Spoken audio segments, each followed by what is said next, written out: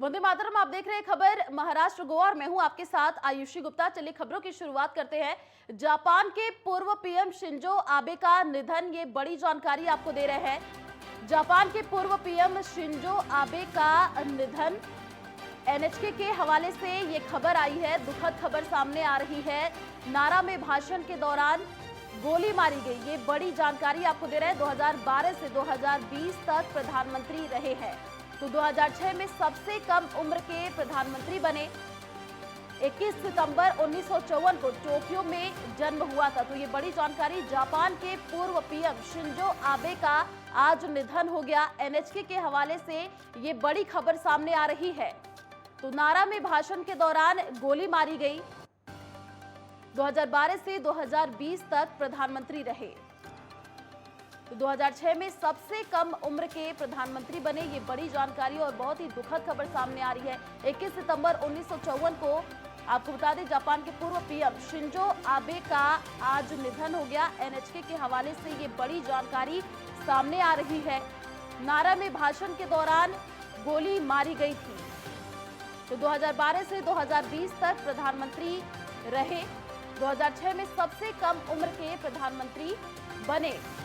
तो 21 सितंबर 1954 को टोक्यो में इनका जन्म हुआ था। ये बड़ी जानकारी, जापान के पूर्व पीएम शिंजो आबे का आज निधन हो गया। एनएचके के हवाले से ये खबर सामने आ रही है। काफी दुखद खबर सामने आई। नारा में भाषण के दौरान गोली मारकर हत्या की गई। तो 2012 से 2020 तक प्रधानमंत्री रहे हैं और 2006 में सबसे कम उम्र के प्रधानमंत्री बने। 21 सितंबर 1954 को टोक्यो में जन्म हुआ था। जापान के पूर्व पीएम शिंजो आबे का निधन आज हो गया। एनएचके के हवाले से ये बड़ी जानकारी और बहुत ही दुखद खबर सामने आ रही है।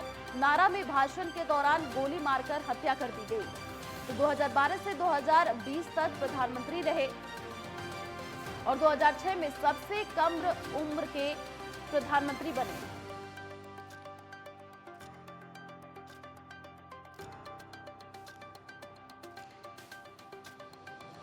तो एनएचके के हवाले से ये बड़ी जानकारी, जापान के पूर्व प्रधानमंत्री का निधन, नारे में भाषण के दौरान गोली मारकर हत्या कर दी गई। 2012 से 2020 तक प्रधानमंत्री रहे और 2006 में सबसे कम उम्र के प्रधानमंत्री बने। ये बड़ी जानकारी, 21 सितंबर 1954 को टोक्यो में इनका जन्म हुआ था।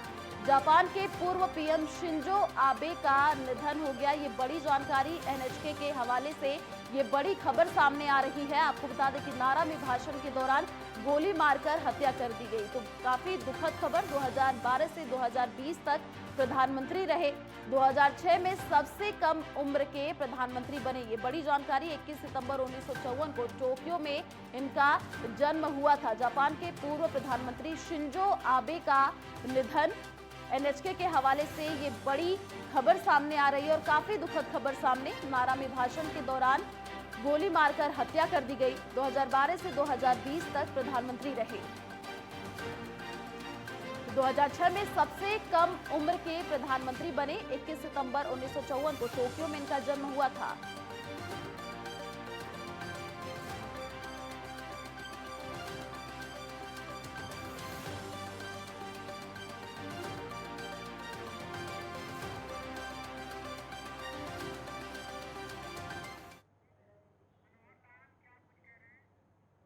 महाराष्ट्र में सियासी उठापटक अभी भी जारी है। आपको बता दें कि महाराष्ट्र के पूर्व मुख्यमंत्री उद्धव ठाकरे को लगातार कई झटके लग रहे हैं। सबसे पहले शिवसेना के कई विधायक बागी हो गए। अब खबर आ रही है कि शिवसेना के ठाणे से 66 पार्षदों के बाद अब नवी मुंबई के 32 पार्षद भी एकनाथ शिंदे के गुट में चले गए हैं। इसके बाद उद्धव ठाकरे ने ठाणे नगर निगम पर पूरी तरह से काबू खो दिया है। तो उद्धव ठाकरे को एक और बड़ा झटका लगा है। ये बड़ी जानकारी, नवी मुंबई के 32 पार्षद ने शिंदे का दामन थामा है। तो शिवसेना से लगातार कई सारे पार्षद छोड़ रहे हैं। तो पहले शिवसेना के कई विधायक बागी हुए थे। ये बड़ी जानकारी, उद्धव ठाकरे को एक और बड़ा झटका लगा है। मुंबई से ये बड़ी जानकारी, नवी मुंबई के 32 पार्षद ने शिंदे का दामन थामा है। शिवसेना से लगातार कई सारे पार्षद साथ छोड़ रहे हैं। तो पहले शिवसेना के कई विधायक बागी हुए थे, अब पार्षद भी बागी होते हुए नजर आ रहे हैं। उद्धव ठाकरे को एक और बड़ा झटका लगा है मुंबई से, ये बड़ी जानकारी। नवी मुंबई के 32 पार्षद ने शिंदे का दामन थामा है। तो शिवसेना से लगातार कई सारे पार्षद साथ छोड़ते हुए नजर आ रहे हैं। पहले शिवसेना के कई विधायक बागी हुए थे, अब जो पार्षद है वो भी बागी होते हुए नजर आ रहे हैं। तो उद्धव ठाकरे को एक और बड़ा झटका लगा है। शिवसेना से लगातार कई सारे पार्षद अब साथ छोड़ते हुए नजर आ रहे हैं। पहले शिवसेना के कई विधायक बागी हुए थे और अब पार्षद भी बागी होते हुए नजर आ रहे हैं। उद्धव ठाकरे को ये बड़ा झटका लगा है। बड़ी जानकारी, नवी मुंबई के 32 पार्षद ने शिंदे का दामन थाम लिया है। तो शिवसेना से लगातार कई सारे पार्षद साथ छोड़ते हुए नजर आ रहे हैं। पहले शिवसेना के कई विधायक बागी हुए थे, अब पार्षद भी बागी होते हुए नजर आ रहे हैं। 32 बागी पार्षद अब शामिल हो चुके हैं। आपको बता दें, शिंदे का दामन उन्होंने थाम लिया है। और इसी खबर पर अधिक जानकारी के लिए महाराष्ट्र से ब्यूरो चीफ हमारे साथ विनोद ओझा जी फोन लाइन पर जुड़ चुके हैं। जी विनोद जी, देखिए उद्धव ठाकरे को एक और बड़ा झटका लगते हुए नजर आ रहा है। 32 पार्षद अब शिवसेना का दामन थाम चुके हैं, क्या जानकारी अभी?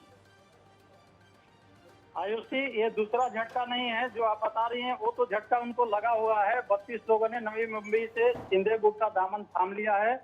लेकिन एक और मैं जानकारी दे दूं कि नवी मुंबई के बाद अब तीसरा एक नगर पालिका है कल्याण, जहां के अधिकतर पार्षद भी शिंदे गुट को जुड़ गए। तो ये तीसरा सबसे बड़ी जानकारी, तीसरा कल्याण के भी पार्षद शिंदे गुट को जुड़ गए हैं और उन लोगों ने भी, ज्यादातर पार्षद ने शिंदे गुट को सपोर्ट कर दिया है। जी आयुषी जी, चलिए विनोद जी आप बने रहिए हमारे साथ, रुक करेंगे आपका। चलिए बढ़ते अगली खबर की ओर। विधानसभा अध्यक्ष के चुनाव और फ्लोर टेस्ट के लिए महाराष्ट्र के राज्यपाल के फैसले के खिलाफ शिवसेना ने सुप्रीम कोर्ट का दरवाजा खटखटाया है। आपको बता दें कि उद्धव ठाकरे समूह को अवैध और शासन के खिलाफ माना गया है। उनका तर्क है कि जब सुप्रीम कोर्ट में 16 विधायकों की अयोग्यता का मामला लंबित है, तो राज्यपाल विधानसभा अध्यक्ष के चुनाव और फ्लोर टेस्ट का फैसला कैसे ले सकते हैं। फ्लोर टेस्ट के समय शिंदे समूह ने शिवसेना के 14 एमएलए को क्रॉस वोटिंग के लिए नोटिस भी दिया है।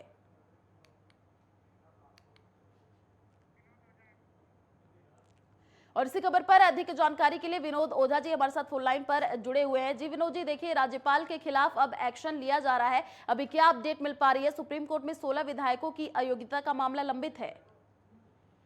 देखिए ऐसे जब सुप्रीम कोर्ट में मामला चला था शिंदे गुट के अगेंस्ट में, उसी समय जो उद्धव ठाकरे गुट के वकील थे उनके द्वारा कहा गया था कि राज्यपाल भी इसके ऊपर कोई निर्णय न ले, लेकिन सुप्रीम कोर्ट ने उस समय मना कर दिया था।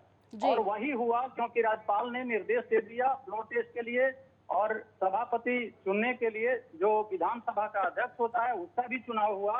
ये दोनों जो चीजें हुई उसको लेकर के उद्धव गुट फिर से सुप्रीम कोर्ट में चला गया। तो ये कानूनी लड़ाई और बढ़ती हुई नजर आ रही है और अब ये देखा जा रहा है कि जो 11 तारीख को सुप्रीम कोर्ट में होने वाला है वो निर्णय क्या होता है, और सबकी नजर सुप्रीम कोर्ट के इस कार्रवाई पे टिकी हुई है। जी चलिए, शुक्रिया विनोद जी तमाम जानकारी साझा करने के लिए। शिव सैनिकों को उद्धव ठाकरे का संदेश, चिन्ह शिवसेना से अलग नहीं हो सकता। धनुष बाण शिवसेना का अंग है, उद्धव ठाकरे ने यह कहा है। आपको बता दें कि शिवसेना को हमसे कोई छीन नहीं सकता है। कई नेताओं के पार्टी छोड़ने की खबर सामने आ रही है। जो पार्टी छोड़ रहे हैं वो शिंदे के कार्यकर्ता है। तो ये बड़ा बयान सामने आया। शिवसेना को साधारण लोगों ने बड़ा किया है। साधारण लोगों का साथ, अभिमान का मुद्दा, जो बड़े हो गए वो शिवसेना से चले गए। जो साधारण लोग हैं वो आज भी शिवसेना में है। तो ये बड़ा बयान, शिव सैनिकों को ठाकरे का संदेश, कुछ लोगों के जाने से पार्टी समाप्त नहीं होती है। तो उद्धव ठाकरे ने ये बड़ा संदेश दिया है। धनुष्बाण शिवसेना का अंग है, उद्धव ठाकरे ने ये कहा है। तो चिन्ह शिवसेना से अलग नहीं हो सकता। शिव सैनिकों को ठाकरे का संदेश, धनुष्बाण शिवसेना का अंग है। उद्धव ठाकरे ने यह कहा है, शिवसेना को हमसे कोई भी छीन नहीं सकता है। कई नेताओं के पार्टी छोड़ने की खबर सामने आ रही है। उद्धव ठाकरे ने कहा, जो पार्टी छोड़ रहे हैं वो शिंदे के कार्यकर्ता हैं। तो शिवसेना को साधारण लोगों ने बड़ा किया है। उद्धव ठाकरे ने ये बड़ा बयान दिया है। साधारण लोगों का साथ, अभिमान का मुद्दा तो जो बड़े हो गए वो शिवसेना से चले गए।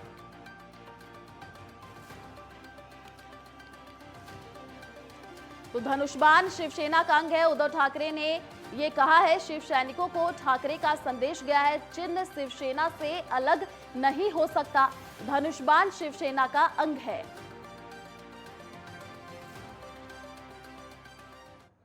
महाराष्ट्र में शिंदे ग्रुप और भारतीय जनता पार्टी की सरकार के बहुमत परीक्षण के दिन अनुपस्थित रहे 11 विधायकों को कांग्रेस पार्टी ने नोटिस जारी किया है। इसमें कुछ विधायकों का कहना है कि वे ट्रैफिक में फंस गए थे। आपको बता दें तो कुछ बारिश के कारण देर से कुछ विधानसभा के बाहर आ गए थे, लेकिन अब वोटिंग के समय दरवाजा बंद रहने के कारण अंदर नहीं आ सके। वहीं पार्टी इस पर कुछ भी सुनने को तैयार नहीं है। कांग्रेस के वरिष्ठ नेता पृथ्वीराज चौहान ने केंद्रीय नेतृत्व को इसकी शिकायत की है। विधान परिषद चुनाव के दौरान कांग्रेस के 7 विधायकों की क्रॉस वोटिंग, एकनाथ शिंदे सरकार के विश्वासमत प्रस्ताव के दौरान कांग्रेस के 12 विधायकों की गैर मौजूदगी और ठाकरे कैबिनेट में औरंगाबाद का नाम बदलने के प्रस्ताव पर कांग्रेसी मंत्रियों की चुप्पी को पार्टी नेतृत्व ने गंभीरता से लिया है।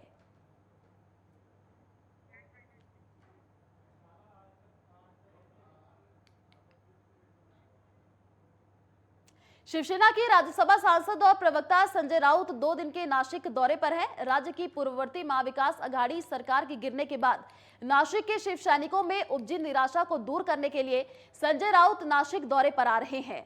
संजय राउत के नासिक दौरे के संबंध में शिवसेना जिला संपर्क प्रमुख भाऊसाहेब चौधरी ने बताया कि कार्यकारिणी की बैठक 8 जुलाई को सुबह 10:30 बजे शिवसेना के शालीमार केंद्रीय कार्यालय में होगी, जिसमें सांसद राउत की उपस्थिति में रहेंगे। वहीं इस बैठक में नासिक शामिल नहीं होने वाले शिवसेना के पूर्व पार्षद और अन्य पदाधिकारियों पर खास नजर रखी जा रही है, जिसके लिए एक टीम भी बनाई गई है।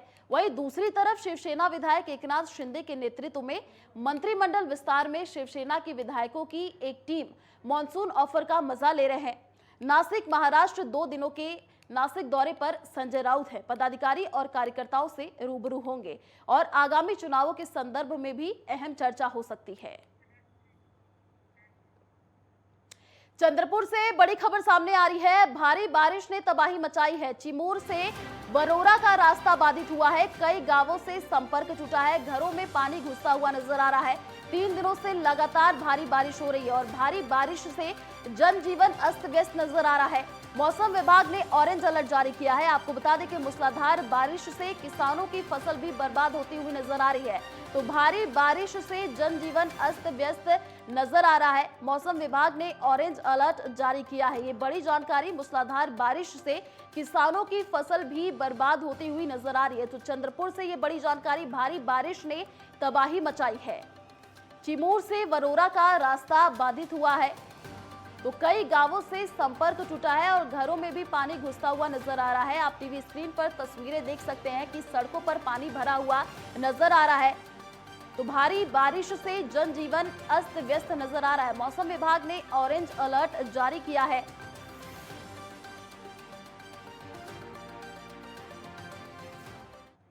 शिवसेना नेता एकनाथ शिंदे की बगावत ने प्रदेश की राजनीति को हिलाकर रख दिया है। शिवसेना, रांकापा और कांग्रेस पार्टी पीछे छूट गई। बीजेपी और बागी विधायक सत्ता में आए, लेकिन इसी सत्ता की राजनीति में किसान डूबता जा रहा है।